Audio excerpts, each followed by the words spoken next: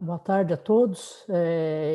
Obrigado pelo convite e parabenizar o Mark pela organização do fórum, e agradecer então a oportunidade de estar aqui conversando com vocês sobre como é que a gente pode mudar o cenário do câncer de colo de útero no Brasil, mas no mundo também, né? E assim, a gente começa em casa para terminar grande, né? Então, como é que a gente vê isso do ponto de vista de OMS e da Agência Internacional de Pesquisa em Câncer, né? Como o Rafael colocou, eu sou da Agência Internacional de Pesquisa em Câncer, tá certo? Então, o que a gente faz em relação, junto com a OMS, nós trabalhamos muito para ajudar a agregar evidência que a OMS posteriormente utiliza para colocar os guidelines, para fazer as propostas do que deve ser, e as recomendações da OMS, né, na parte de câncer.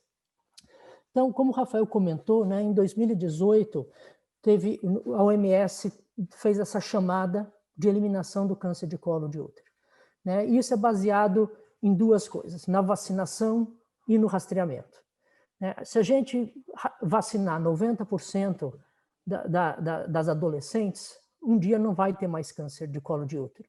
Só que vai levar muito tempo para a gente atingir essa taxa de cobertura e para essas adolescentes chegarem na faixa etária que elas teriam câncer de colo de útero.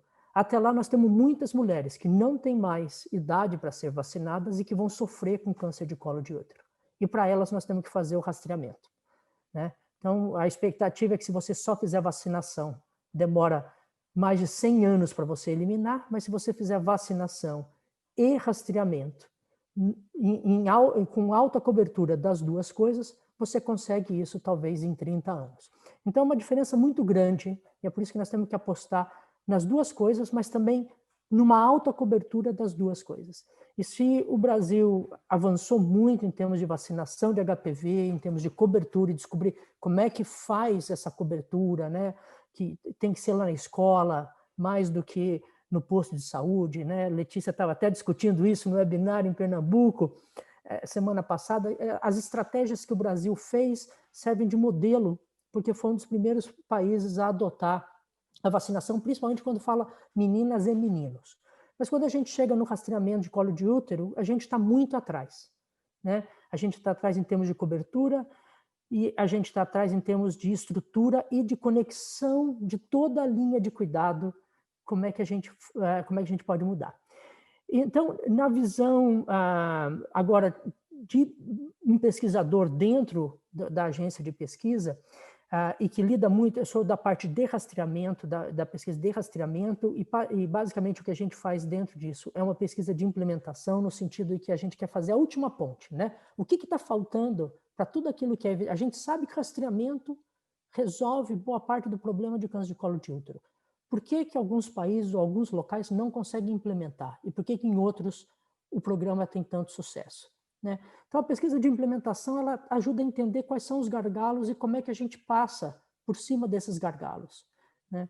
E então é nesse sentido que nós acabamos fazendo essa colaboração no projeto que a OPAS Brasil está desenvolvendo com o estado de Pernambuco, né?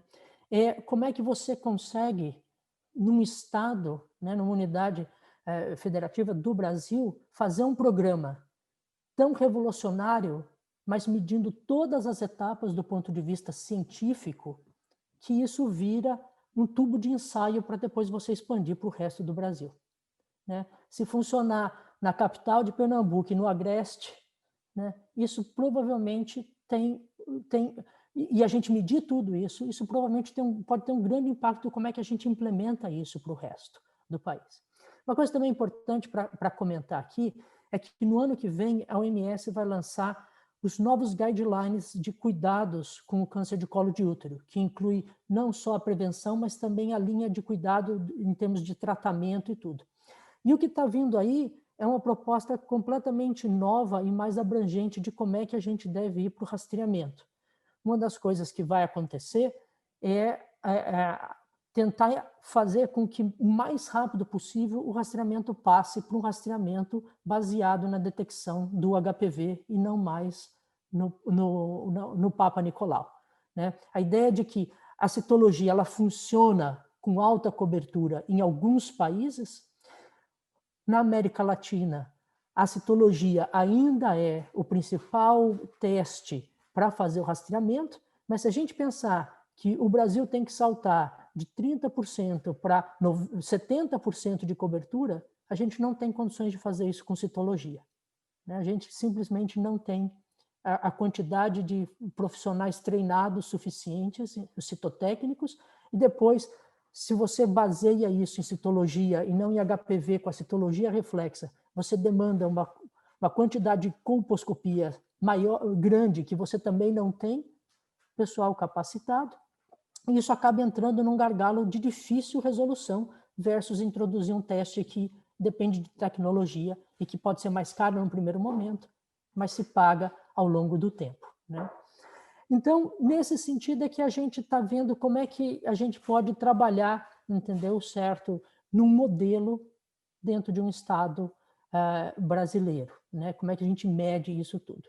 Uma outra coisa importante para a gente citar, em relação a como é que a gente monta esse modelo, uma das coisas que, quando eu fui convidado, eu vi que já estava acontecendo e a gente foi participando da montagem, a Letícia vai colocar isso, é como é que toda a rede de saúde do Recife, desde a atenção primária até a atenção terciária, está se preparando para que isso aconteça, né? Para que a gente não repita algumas coisas que aconteceram no passado, de só botar o teste sem o resto da linha de cuidado estar pronto, né? Se a gente aumentar, fazer teste de HPV em todo mundo e aumentar dos 30% a 40% de cobertura para 70% de cobertura, a gente não tem o resto da linha. Então, você começa a ter mulheres que vão ficar perdidas no meio do caminho, com um teste positivo, né, e que não tem como agendar a colposcopia. Depois agenda a colposcopia e não tem patologista para ler a biópsia. Lê a biópsia, fila para tratamento. Chega no tratamento.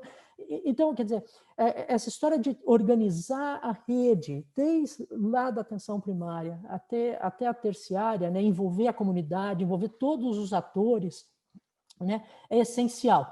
E nesse sentido é que a gente foi trabalhando, né, eu acho que a ideia é trazer aqui um pouco dessa perspectiva que a gente estava conversando, como é que o Organismo Internacional de Pesquisa se junta com a OPAS no Brasil para fazer um estudo em Pernambuco que possa resolver não só o problema do rastreamento do câncer de colo de útero em Pernambuco, mas a gente faz até lá para depois ir voltando, né? Como é que a gente traz isso depois com publicação científica mostrando evidência que expande para outros estados no país, para dentro da América Latina e para tantos outros lugares que têm as condições similares do que a gente vê em vários locais do Brasil.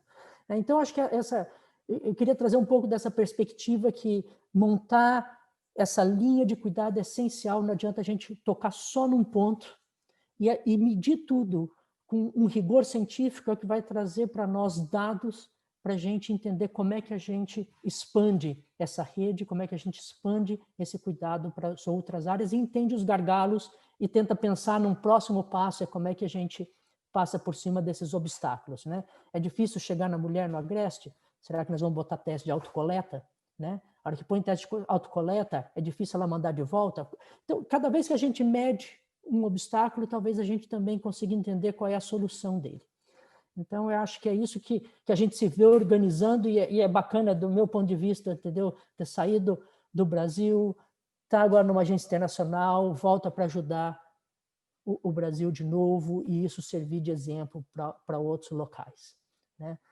Eu acho, Rafael, que era isso que eu queria colocar de maneira geral para a gente ver aí na discussão mais tarde.